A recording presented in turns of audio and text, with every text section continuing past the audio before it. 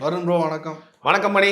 Bro அமெரிக்காவில் அங்கே தான் பார்த்துருப்போம் சூறாவளிலாம். நம்ம ஊர்லேயே வந்து என்னடா திடீர்னு பார்த்தா சூறாவளிலாம் வந்துடுச்சு. என்னன்னு பார்த்தா மும்பையில் வேற தண்ணி இல்லை, 40 நாள் தான் தண்ணி இருக்கும், அதுக்கப்புறம் இருக்காமல் போயிடும் அப்படின்னு சொல்கிறாங்க. எனக்கு இதெல்லாம் பார்க்கும்போது கொஞ்சம் பயமாக இருக்கு. சூறாவளி வந்து 1.5 மாசத்துக்கு மேலே ஆகுது. அந்த சூறாவளிக்கு இன்னைக்கு பிறந்த நாள். அதனால அவருக்கு ஒரு பிறந்த நாள் வாழ்த்து சொல்லிட்டு நம்மளோட வீடியோக்கு போகலாம். எப்படி சூப்பரா டிவிக்கு ஆளுகளே மிஞ்சிட்டேனா? ரைட். இல்லை அந்த நீங்கள் சொல்கிற ரொம்ப கரெக்ட். சூறாவளி நம்ம ஊரில் பார்த்துருக்க மாட்டோம் ப்ரோ. அப்பப்போ சும்மா நம்ம ஏரியாவில் ஏதாச்சும் ஒரு மண்ணு புழுதியா அதுக்கே நம்ம பேன் பார்ப்போம்.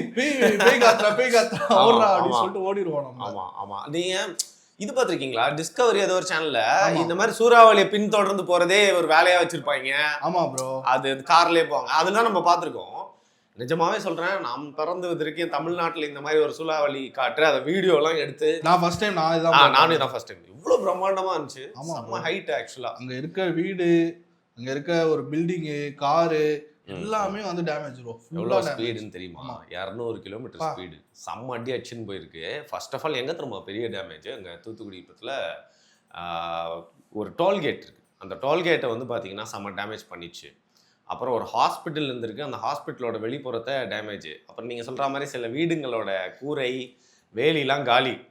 அதோட பெரிய பிரச்சனை ஏர்போர்ட் இருந்திருக்கு. ஏர்போர்ட்டு பக்கத்தில் கொஞ்சம் அந்த ப்ரெமிசஸில் கொஞ்சம் டேமேஜ் ஏற்பட்டிருக்கு. தூத்துக்குடி உங்களுக்கு தெரியும்ல, கடல் பக்கத்தில் இருக்கிறது. இது மெயினாக ஏன் ஏற்பட்டிருக்கு அப்படின்னு பார்த்தோன்னா, ஃபர்ஸ்ட் ஆஃப் ஆல் காட்டில் ஈரப்பதம் கொஞ்சம் அதிகமாக இருக்கிறது மட்டும் இல்லாமல் நம்ம நிலத்தில் வந்து பார்த்திங்கன்னா வெப்பம் ரொம்ப அதிகமாக வருது. கடல்ல இருந்து பார்த்தீங்கன்னா அந்த கடல் அலைகளும் காற்று கூட இந்த இன்ட்ராக்ட் பண்ணி இதெல்லாமே சேர்ந்து ஒரு சின்ன ஃபெனாமினன் ஆகி தான் வந்து பார்த்தீங்கன்னா இது உருவாயிருக்கு. ஆனால் சவுத் இந்தியாவில் ரொம்ப அன்காமன் மணி. இல்லை வரலாற்றில் இதுக்கு முன்னாடி வந்து இந்த மாதிரி நடந்திருக்கா ஏதாச்சும் ஒன்று? இல்லை, இப்போ ரெக்கார்டட் ஈவெண்ட்டாக பார்த்தீங்கன்னா இது வந்து ரொம்ப நடந்ததே இல்லை. நடந்திருக்கலாம், ஆனால் இந்த மாதிரி தமிழ்நாட்டில் இந்த மாதிரி பார்த்து நம்ம ஐசைட்டில் பார்த்து இந்த மாதிரி ஒரு விஷயம் இருக்குது அப்படிங்கிறது வந்து இது வந்து முதல் முறை. அதனால தான் இது ஒரு பெரிய நியூஸ் ஆச்சு.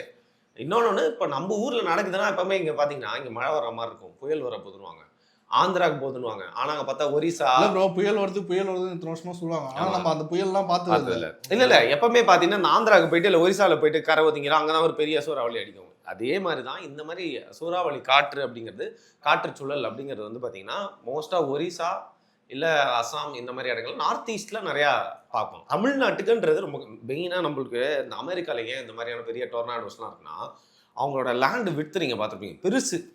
இங்கே ஆரம்பித்து உனக்கு அப்படியே போகிறதுக்கு ஒரு பெரிய காற்று, அதாவது எதுவுமே தடுக்காமல் போகிறதுக்கு உனக்கு இது இருக்கும். பட் நம்மளது வந்து இந்த தீபகற்பம்னு சொல்லுவாங்க, பெனின்சுலா. இந்த சைடு வந்து கடல், சைடு கடலில் சின்ன நிலப்பரப்புனா சவுத்தில் நடக்கிறதுக்கு அந்த ஃபெனாமினன் ரொம்ப கம்மி. பட் ஈஸ்டில் நடக்கும். இது ரொம்ப ஒரு புதிதாக இருக்குது. இப்போ நம்ம பேசிட்டு இருக்கும்போது கூட வானியல் ஆராய்ச்சியாளர்கள்லாம் பார்த்தீங்கன்னா அதை பற்றி இன்னும் ரிசர்ச் தான் பண்ணிட்டு இருக்காங்க. அது ஏன் நடந்துச்சு அப்படிங்கிறதுக்கு அவங்களுக்கே சரியான விடை இல்லை. இப்போ நான் என்ன தான் வந்து காட்டில் ஈரப்பதம் அப்புறம் வெப்பம் அதிகமானது இதெல்லாம் வந்து காரணம்னு சொன்னால் கூட வந்து பார்த்தீங்கன்னா ஏன் நம்மளோட இடத்துல இது நடந்துச்சு, தூத்துக்குடி போன்ற இடத்துல நடக்கிறதுக்கான வாய்ப்பு கம்மியாச்சு, ஏன் இது நடந்துச்சுன்றதுக்கான ரீசன் இன்னும் அக்யூரேட்டாக தேடிட்டு இருக்காங்க எல்லாருமே. உங்களுக்கு தெரியும், இந்த மாதிரி ஒரு சாதாரண ஏதாவது பார்த்தாலே ரீல்ஸ் எடுத்து போடுறது. அங்கே டிசைனாக எல்லாருமே அவங்க பார்த்தது தூத்துக்குடியில் எடுத்து போட்டிருக்காங்க. ஒரு ஆங்கிலையும் பிரம்மாண்டமாக இருக்குதுப்பா. அது பார்க்கறது நேரில் பார்த்தவன் எவனா இருந்தாலும் ஒரு செகண்ட் வயிற்ற கலக்கிட்டு இருக்கும். எங்கே திரும்பி நம்ம பக்கம் வந்து வேலை முடிச்சு. ஆமாம். அன்னைக்கு இன்னொரு வீடியோ ஒன்று பார்த்தேன், அதெல்லாமே ஃபேமஸாக பார்த்துருப்பாங்க. நம்ம ஷீட் மாதிரி போட்டிருப்பாங்கல்ல, ஷீட் மாதிரி போட்டால் ஒரு பெரிய ஷெட்டு, சரியா? அங்கே வந்து வெளியில் செம்மையாக சூறக்காற்று அடிக்குது. இவன் என்ன பண்ணியிருக்கான், அங்கேருந்து தப்பிக்க அதான் எதுவும் ஆயிரக்கூடாது ஷீட்டோட கம்பியை பிடிச்சிருக்கான். அந்த காற்று என்ன பண்ணியிருக்கு, நம்ம உண்டிகோல் மாதிரி இந்த ஷீட்டை அடிச்சு பேரு காற்றுல பறந்துன்னு போய் விழுகுறான். ஸோ இயற்கையில் வந்து நம்ம எவ்வளோ சின்னது அதோட ஸ்ட்ரென்த்துக்கு முன்னாடிங்கிறத வந்து காட்டின விஷயங்களா இருக்கும். ப்ரோ இதுக்கு பின்னாடி வந்து இன்னொரு காரணமும் இருக்கு சொல்கிறாங்க, எல் நீனோ.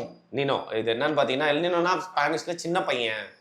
இன்னொரு வார்த்தையே இருக்கும் அவங்க ஊரில், சின்ன கிரைஸ்ட் அப்படிங்கிற மாதிரி வந்து அவங்க ஊரில். இப்போ எல் சாப்போ, அதாவது எல் ஃபுயகோனா ஃபயர். அவங்க ஊரில் ஒருத்தருக்கும் ஒரு டைட்டில் ஒன்று கொடுப்பாங்க. மெக்சிகோ. அது மாதிரி மெக்சிகோ ஸ்பானிஷ் தான் பேசிக்லி இது. ஸோ எல் நீனோவில் வந்து ஒரு ஸ்மால் பாய் அப்படிங்கிற மாதிரி சொல்லுவாங்க. அது என்னன்னா ஒரு சின்னதாக வருவான், ஆனால் எஃபெக்ட் போயிருக்காது. பார்க்கறது சின்னதாக இருக்கான்பா, பெரிய வேலையாக பார்த்து விட்டு போயிடுவான் அப்படிங்கிற மாதிரி வந்து சின்னதாக ஆரம்பித்து உலகத்தில் ஒரு பெரிய இம்பாக்டை பண்ணுறோம் அப்படிங்கிறது தான். ரொம்ப எல் நீனோ நிறைய பேர் தெரிஞ்சுக்கலாம், சில பேர் தெரியாத நான் சொல்கிறேன். இப்போ பூமி வந்து பார்த்திங்கன்னா வெப்பமயமாகுது. அதனால் வந்து பார்த்திங்கன்னா வெதர் நிறைய சேஞ்ச் ஆகுது. கிளைமேட்டிக் கண்டிஷன்ஸ் வந்து பார்த்திங்கன்னா ரொம்ப நம்ம ஃபோர்காஸ்ட்லாம் பண்ண முடியாத அளவுக்கு அன்பிரடிக்டபிளாக மாறிட்டுருக்கு அப்படிங்கிறது நீங்கள் நிறைய கேள்விப்பட்டிருப்பீங்க. அப்படி இருக்கிறப்போ ரொம்ப ஈஸியாக உதாரணமாக சொல்லணும் பார்த்தீங்கன்னா கோடை, ஊட்டி இங்கெல்லாம் வந்து செம்ம வெயில் அடிக்குது. சென்னை, வேலூர், இதெல்லாம் தூத்துக்குடிலாம் வந்து செம்ம பார்த்தீங்கன்னா குளிரா இருக்கு. குளிரா இருக்கு, பனி பெய்யுது. இது வந்து நினைச்சே பார்க்க முடியல நம்மளால. ஆனா இப்பேற்பட்ட ஒரு மாற்றம் நிகழப்போகுது. அது நான் சொன்ன இதே இடங்கள்ல இல்ல. அதாவது குளிர் பிரதேசம்லாம் பார்த்தீங்கன்னா ரொம்ப வெயில் அடிக்கக்கூடிய இடமா மாறுறது. வெயில் அடிக்கக்கூடிய இடத்துல குளிரா மாறுது. எங்க மழை பெய்யாதோ அங்க மழை பெய்யுறது.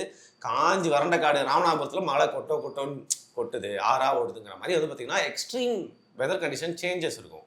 இது ஏற்பட்டதுக்கான இப்போ ஓசோன்ல ஓட்டைங்கிறதே ஒரு ஸ்கேமு. அதெல்லாம் உண்மையாக இல்லவே இல்லை. பூமி வெப்பமாகதே ஸ்கேம்னு சொல்லிட்டு நிறைய பேர் பேசிட்டு இருப்பாங்க.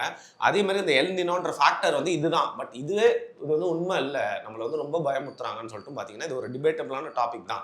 ஆனால் நீங்கள் எடுத்துக்கிட்டிங்கன்னா கடந்த 4-5 வருடமாக இந்த எல்னினோக்கு உண்டான ஃபினாமினனுக்கு என்னென்னலாம் சொல்லியிருக்காங்களோ அது உலகம் முழுக்க எல்லா இடத்துலையுமே வந்து நடந்துட்டு இருக்கு. இப்போ நம்ம ஊர்லேயே நீங்கள் பார்த்தீங்கன்னா என்னைக்கெல்லாம் வந்து மழை பெய்யுமோ பெய்யவே பெய்யாதுன்ற மாசத்துலாம் பார்த்தீங்கன்னா திடீர்னு ஒரு 4-5 நாள் வந்து பார்த்தீங்கன்னா போன மே நிறைய பேருக்கு ஞாபகம் இருக்காது, 10 நாளைக்கு மழை பெய்ஞ்சுது. இந்த மேவோட எண்ட்லையும் சரி இப்பயும் சரி சென்னை போன்ற இடங்கள்ல வந்து மழை பெஞ்சிட்டு இருக்கு. இதெல்லாம் வந்து பார்த்தீங்கன்னா வந்து 1 நாள் 2 நாள் அப்படிங்கிறது நார்மல். பட் தொடர்ந்து அது பெய்யுது, கிளைமேட் கண்டிஷன்ஸ் வந்து அன்பிரடிக்டபிளாக ஆகுது அப்படின்னா ஓகே எல்னினோவுக்கு வாய்ப்பு இருக்குதான் போல இருக்கு. ஏன்னா ஆப்பிரிக்காவில் பல நாடுகளில் வந்து பார்த்தீங்கன்னா வந்து நீர் பற்றாக்குறை உச்சத்தை எட்டிடுச்சு.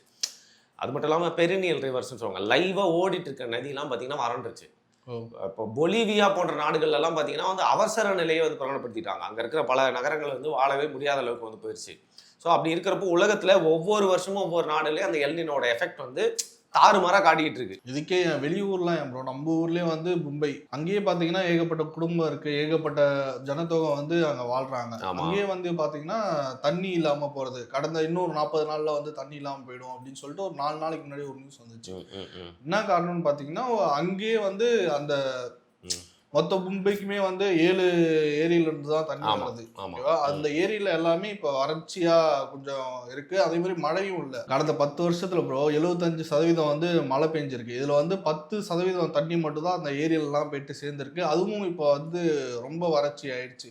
சில கட்டுப்பாடுலாம் வந்து விதிச்சிட்டாங்க. என்னன்னு பார்த்தீங்கன்னா வந்து புதுசாக பில்டிங் கட்டுறாங்கல்ல, அங்கெல்லாம் வந்து அந்த இதுக்கெல்லாம் வந்து தண்ணி அடிப்பாங்களா, அதெல்லாம் வந்து பண்ணக்கூடாது.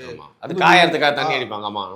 அந்த தேவையில்லாத தண்ணிலாம் வந்து இது யூஸ் பண்ணக்கூடாது. பெரிய பெரிய பில்டிங், அப்பார்ட்மெண்ட்டு, அடுத்து ஹாஸ்பிட்டலு, அடுத்து எங்கேயாச்சும் இண்டஸ்ட்ரியல் ஏரியா, அங்க இருக்கிற தண்ணிலாம் வந்து கொஞ்சம் வந்து குறைக்கிற மாதிரியும் பேசிட்டு இருந்தாங்க. இந்த 7 ஏரியில இருந்து ப்ரோ மொத்தமா வந்து மும்பை கார்பரேஷன் வந்து எவ்வளவு தண்ணி எடுத்திருக்காங்கன்னா ஒரு நாளைக்கே வந்து 3950 மில்லி லிட்டர் தண்ணி எடுத்திருக்காங்க. அதுவே வந்து இப்போ கொஞ்சம் கொஞ்சமாக குறைஞ்சிட்டே வருது, நான் இந்த அளவுக்கு தண்ணியை எடுக்க முடியல அப்படின்னு சொல்லிட்டு. இதனாலேயே வந்து ஏகப்பட்ட வறட்சி, இன்னும் போக போக 40 நாளில் தண்ணியே இல்லாமல் போயிடும் அப்படின்னு சொல்லிட்டு ஒரு பெரிய ஒரு விஷயமே. 40 நாள்ன்றது யாருமே பேனிக் ஆகக்கூடாதுன்றதுக்காக கவர்மெண்ட் சொல்லியிருக்கிறது. ஆனால் ஒரு மாதத்துக்கும் குறைவாக தான் அவங்களால சமாளிக்க முடியுன்றதான் உண்மையான தகவல். இப்போ பேசிக்காக மும்பை எடுத்துக்கிட்டிங்கன்னா இப்போ நீங்கள் சென்னை மாதிரியான சிட்டி இல்லை, சென்னையிலே தண்ணி பஞ்சம் வரும். நேச்சுரலாக வந்து அமைஞ்ச சிட்டி கடல் பக்கத்தில்.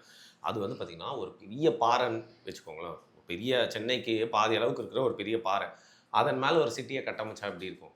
அதுதான் பார்த்தீங்கன்னா மும்பை. உங்களுக்கு மும்பை பீச் வந்து சென்னை பீச் மாதிரி இருக்காது. உங்களுக்கு பார்த்தீங்கன்னா சீ ஷோர்லாம் இல்லாமல் அப்படியே வந்து கடல் அடிச்சுப்போம். அந்த மாதிரியான ஒரு இடத்துல உருவாக்கப்பட்ட ஒரு சிட்டி அது. சரியா, அங்கே உங்களுக்கு இவ்வளோ பேர் வாழ்கிறதுக்கு உண்டான நீர் ஆதாரம் அப்படிங்கிறது என்றைக்குமே இருந்தது இல்லை.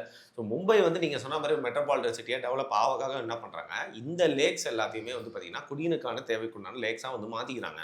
ஆனால் அந்த லேக்ஸில் நீங்கள் என்ன தான் வந்து வாட்டர் நீங்கள் சேமித்து வச்சுருந்தாலும் இந்த லேக்ஸ்லாம் நம்பி இருக்கிறது அப்படிங்கிறது மழை தண்ணியை மட்டும்தான். அப்படி இருக்கப்போ ஜூனில் மேயோட எண்ட்லேயே வந்து அவங்களோட மான்சூன் வந்து ஆரம்பிச்சிருக்கணும், அதாவது மழை அப்படிங்கிறத ஆரம்பிச்சிருக்கணும். போன வருஷமும் பார்த்தீங்கன்னா வந்து மழை ரொம்ப லேட்டாக வந்தது மட்டும் இல்லாமல் ரொம்ப கம்மி அளவு தான். கடந்த 12-13 வருஷத்துலேயே வந்து பார்த்தீங்கன்னா இந்த அளவுக்கு கம்மியாக வந்ததுன்னு போன வருஷமே வந்து ஒரு பெரிய அது ஒரு அவஸ்தைக்குள்ளே ஸ்டார்ட் ஆயிடுச்சு.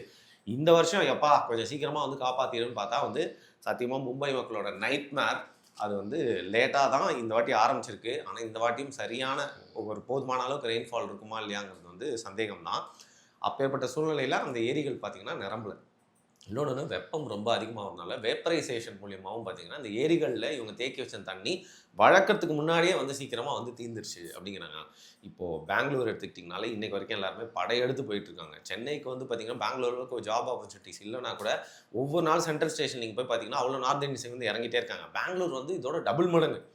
இது எல்லாத்துக்கும் பார்த்திங்கன்னா வந்து கிரவுண்ட் மாதிரி இருக்கிறது மும்பை. எல்லாமே இந்தியாவே பார்த்தீங்கன்னா மும்பைக்கு போனால் பொழைச்சிக்கலாம் அப்படின்னு சொல்லிட்டு எல்லா ஸ்டேட்ல வந்து ஆளுங்க இருப்பாங்க. சரியா, இந்த ஸ்டேட்லாம் அந்த ஸ்டேட்லாம் நீங்கள் கணக்கு சொல்ல முடியாது. அப்பேற்பட்ட சூழ்நிலையில் மும்பை நகரவாசிகளுக்கே அந்த இடம் பார்த்தீங்கன்னா பத்தாது. அந்த சிட்டி வந்து ரொம்ப ஓவர்ஃப்ளோயிங்கான சிட்டி. ஒரு சின்ன கப்புக்குள்ளே வந்து பார்த்தீங்கன்னா ஒரு பக்கெட்டில் ஊற்றுற அளவுக்கு ஊற்றுற மாதிரியான விஷயம் தான். இங்கே மற்ற ஊர்கள்லேருந்து மக்கள் போய் வாழ்கிறாங்க, வசிக்கிறாங்க அப்படிங்கிற பட்சத்தில் ஒரு பொருளாதார ரீதியாக அங்கே போய் பொழைச்சிக்கலான்றனால எல்லாருமே சும்மா ஈசல் மாதிரி அந்த இடத்துக்கு போயிட்டு இருக்காங்க. எப்படி இவ்வளோ பேருடைய நீர் தேவைக்கு வந்து இந்த ஏரிகள் நிரம்பி வழிஞ்சாலும் பார்த்தீங்கன்னா வந்து தண்ணீர் கஷ்டம் வரும் அப்படிங்கிறத ஏற்கனவே ப்ரெடிக்ட் இல்ல பண்ணியிருந்தாங்க. ப்ரோ, கடல்ல இருந்து எடுத்து ரீசைக்கிள் பண்ணுவாங்களா? கடல்ல இருந்து எடுத்து ரீசைக்கிள் பண்ற திட்டம் அப்படின்னு நிறைய பேர் நினைச்சிட்டு இருக்கிறது என்னன்னு பார்த்தீங்கன்னா, இந்த இந்த ஒவ்வொரு வாட்டியும் அந்த கடல்ல இருந்து நீங்க ஒரு குறிப்பிட்ட தண்ணி எடுத்து அமௌண்ட் எடுத்து நீங்க வந்து குடிக்கிற தண்ணியா வந்து மாத்துறீங்க அப்படின்னா, அதோட குவான்டிட்டி வந்து ரொம்ப கம்மியா தான் பண்ண முடியும். பெரிய ப்ராசஸ் இது. சரியா? அந்த ப்ராசஸ்க்கு உண்டான நீங்க பிளான்ட்லாம் பெருசு பெருசா இருக்கும். பட் எல்லாரோட தேவையும் பூர்த்தி பண்ற அளவுக்கு பார்த்தீங்கன்னா, அதில வந்து பண்ண முடியாது. அந்த கன்வர்ஷன் ரேட்ன்றது ரொம்ப கம்மி தான். ஸோ அந்த டெக்னாலஜி இருக்கு. அதனாலே அப்படின்னா ஏன் இன்னைக்கு எல்லாருமே தண்ணீருக்கு சண்டை போட்டுருக்காங்க? எல்லாமே கடல் நீரை எடுத்து டக்குன்னு மாத்திக்கலாம்ல குடிநீரா. பட் இதோட ப்ராசஸ் பார்த்தீங்கன்னா ரொம்ப பெருசு. அது வந்து ரொம்ப கம்மியான பீப்புளுக்கு தான் அந்த சஃபிஷியன்ட்டா இருக்கும். நம்மளோட ஒரு பாட்டில் எடுக்கிறோம்னா, ஒரு பாட்டில் தண்ணி எடுத்து நம்ம அது மாரி பண்றோம்னா, ஒரு கிளாஸ் தண்ணி தான் கிடைக்கும். அப்படி வச்சுக்கலாம். சும்மா ஒருத்தவங்களுக்கு புரியிற மாரி சொல்லலாம். நீங்க நல்லா ஆனா யோசிச்சுக்கோங்க. நம்ம வந்து most populated country in the world. அது மட்டும் இல்லாம மும்பைலாம் ரொம்ப டென்ஸ்லி பாப்புலேட்டட் சிட்டி. சரியா? அதோட தேவைக்கெல்லாம் வந்து நீங்க கடல் நீர் எடுத்து நீங்க குடிநீர் ஆக்கி எல்லாரோட தேவையெல்லாம் பூர்த்தி பண்ண முடியாது. நீங்க ஏரிகள்ல தண்ணிய தேக்கி வச்சு மட்டும் தான் எல்லாருக்குமே பார்த்தீங்கன்னா, அந்த ஃபெசிலிட்டீஸ்லாம் பண்ணி தர முடியும். பட் இதுவே பொய்த்து போயிருச்சு அப்படிங்கிறனால, இப்ப என்ன பண்றதுன்னு தெரியாம முழிச்சிட்டு இருக்காங்க. உதாரணத்துக்கு சென்னையில வந்து பார்த்தீங்கன்னா, நம்ம பாலாறுல பிரச்சனை ஆயிருச்சு. நம்மளுக்கு தண்ணி வந்து சப்ளை பண்ண முடியல. செம்பரம்பாக்கம் தீர்ந்துச்சு அப்படின்னா, கிருஷ்ணா நதி நீர்லலாம் இதற்கு முன்னாடிலாம் நிறைய வாட்டி கொஞ்சம் தண்ணியெல்லாம் கொஞ்சம் இந்த சைடு எடுத்துட்டு வந்து அந்த பிரச்சனையெல்லாம் தீர்வு பண்ணியிருக்காங்க. பட் மும்பைய பொறுத்தவரைக்கும் உங்களுக்கு அந்த மாரி பக்கத்துல உதவுறதுக்கு நதிகள் கூட இல்ல. அந்த மாரி இடத்துல போய் மாட்டிக்கிச்சு மும்பைன்றது. மும்பையே பார்த்தீங்கன்னா வந்து இன்னைக்கு பூனாவை நம்பி தான் வந்து இருக்கு. ஏன்னா பல பேர் வந்து பூனேக்கு வந்து இடம் மாறுறது மட்டும் இல்லாம, பூனே நீங்க மும்பை கூட கம்பேர் பண்ணும்போது லிவிங்க்கு கொஞ்சம் உகந்த இடமா இருக்கும். பட் மும்பை வந்து ஒரு சின்ன இடத்துல ஒரு பெரிய சிட்டிய கட்டமைச்சிருக்கனால, இந்த ஏரிகள் அடுத்த வருஷம் ஒரு வேளை மழை பெஞ்சு நிரம்பி வழிஞ்சாலும் வந்து எல்லாருடைய தண்ணீர் தேவைய பூர்த்தி பண்ணுமா? இதற்கு ஒரு சீக்கிரம் வந்து ஒரு தீர்வு காணணும். இந்த சிட்டிய இப்படியே விட்டுட்டா வந்து பார்த்தீங்கன்னா, கோஸ்ட் சிட்டின்னு சொல்லுவாங்க. அதாவது பெரிய பெரிய மாளிகை, ஸ்கை ஸ்கிராப்பர்லாம் கட்டி வச்சிருப்பேன். மும்பையே பார்த்தீங்கன்னா நிறைய ஸ்கை ஸ்கிராப்பர் இருக்கும். ஒரு குட்டி நியூயார்க் மாரி இருக்கும் நீங்க போனீங்கன்னா ஃபீல் பண்றதுக்கு. அப்பேற்பட்ட மாடிய தொடுற அதாவது வானத்த தொடுற அளவுக்கு நீங்க பெருசு பெரிய பில்டிங்கா கட்டிட்டீங்க. அங்க ஆள் இருக்கணும்ல. அதாவது தண்ணி மேல ஏறணும்ல. உங்களுக்கு தண்ணி இருக்குல்ல, கிரவுண்ட் வாட்டர் ரொம்ப கம்மியாயிடுச்சு. அது மட்டும் இல்லாம அந்த கிரவுண்ட் வாட்டர் வந்து யூஸ் பண்ண முடியாத கிரவுண்ட் வாட்டரா பார்த்தா இல்ல. சென்னையிலாம் அந்த உப்பு தண்ணி பிரச்சனை இருக்கும்ல. அதே மாரி மும்பைல இப்போ வந்து எங்க தோணுனாலும் தண்ணி ஒரு வேளை கிடைச்சாலும், அது யூஸ் பண்றதுக்கு உகந்த தண்ணியா இல்ல. ஸோ சீக்கிரமா வந்து கோஸ்ட் சிட்டியா மாறணும்னா, மாறுறதுக்கான எல்லா வேலையும் நடந்துட்டு இருக்கு. மாறாம இருக்கணும்னா அரசாங்கம் இங்க வந்து இனிமேல் மக்கள் வந்து குவியறத தடுக்கணும் அப்படின்னு சொல்லிட்டு மும்பை வாசிகள் பேசிட்டு இருக்காங்க. பட் நடைமுறைக்கு அது எந்த அளவுக்கு சாத்தியம் இதுக்கெல்லாம் காரணம் வந்து எல்னினோ. எல்னினோ தானா அப்படிங்கிறது தெரியல. மும்பையோட ஃபேக்டருக்கும். இன்னொன்னு இத பத்தி நம்ம பேசியே ஆகணும். நம்மளுடைய நெய்பரிங் ஸ்டேட்டான கர்நாடகாவுடைய பெங்களூர். பெங்களூர்லயும் இது நிறைய பேர் இன்னும் பேசல. பெங்களூர்ல பார்த்தீங்கன்னா, வாட்டர் ஸ்கேர்சிட்டி ரொம்ப அதிகம். அங்க தண்ணீர் பிரச்சனை இப்போ இந்த வருஷம் இப்போ நம்ம பேசிட்டு இருக்கும்போது ரொம்ப அதிகமா இருக்கு. பெங்களூரோட பிரச்சனையும் அதான் ஓவர் கிரவுடு. அங்க இருக்கிற மக்களோட தேவைய பூர்த்தி பண்ற மாரியான அங்க நீர்நிலைகள் இல்ல. அது மட்டும் இல்லாம, அவங்க பெங்களூர் அந்த ரீஜன் வந்து முழுக்க முழுக்க காவேரி வாட்டரே டிபெண்ட் பண்ணி இருக்கிறது அதிகமா. நம்ம எப்படி டிபெண்ட் பண்ணியிருக்கோமோ, அதே மாரி பார்த்தீங்கன்னா, அந்த சிட்டிக்கு வந்து காவேரி வாட்டர் தேவை. அத பூர்த்தி பண்ணணும்னா காவேரி தான். அப்படி இருக்கிறப்போ நம்ம ஏற்கனவே ஒரு டிஸ்பியூட் இருக்கு. எல்லா வருஷமும் பார்த்தீங்கன்னா வந்து மழை பெய்யறதில்ல, குடகுல தேவையான தண்ணி இருக்கிறதில்ல. இந்த மாரி சூழ்நிலைகள்லாம் பெங்களூர்லயும் ஒரு வாட்டர் ஸ்கேர்சிட்டி தண்ணி இருக்கு. பெங்களூர்லயும் இப்ப என்ன பண்ணிட்டு இருக்காங்க, அன்பிளான்டான சிட்டி பெங்களூரும். அதனால தான் பார்த்தீங்கன்னா, ரோட்ல ஈஸியா டிராஃபிக் ஆயிருங்கிறனால, இனிமேல் வரக்கூடிய ஐடி ஹப்ஸ் எல்லாமே வந்து பெங்களூர் விட்டு வெளிய, அதாவது பெங்களூரோட ஏர்போர்ட்டே வெளில தான் இருக்கும். ஸோ ஏர்போர்ட்டை தள்ளி பார்த்தீங்கன்னா வந்து எக்ஸ்டென்ஷன் ஆஃப் சிட்டி பண்ணி தான் நம்ம பண்ணணும். இல்லைனா இந்த நீர் பிரச்சனையை வந்து வருஷம் வருஷம் சமாளிக்க முடியல. ஏன்னா நிறைய பேர் வந்து பார்த்தீங்கன்னா வேற வழியே இல்லாமல் ஒர்க் ஃப்ரம் ஹோமுக்கு அவங்க ஊருக்கு ஐடி செக்டர் வேலை செய்கிறவங்களாம் போகிறாங்க. ஏன்னா அவங்க ஒரு இடத்துல ஃப்ளாட் எடுத்து தங்கியிருப்பான். அந்த ஃப்ளாட்டே சிட்டிக்கு அவுட்டரில் இருக்கும். அதுக்கு வாடகையே அதிகமாக இருக்கும். அங்கே காஸ்ட் ஆஃப் லிவிங் ரொம்ப அதிகம். சென்னை கம்பேர் பண்ணால் ரொம்ப அதிகம் Bangalore cost of living. But அங்கேயே தண்ணி இல்லைன்னா என்ன பண்ணுறது? குடி தண்ணீர் இல்லைன்னா ரொம்ப கஷ்டம் இல்லையா? அதனால் அங்கேயும் இந்த பிரச்சனை வந்து ஒரு பெருசாக போயிட்டுருக்கு.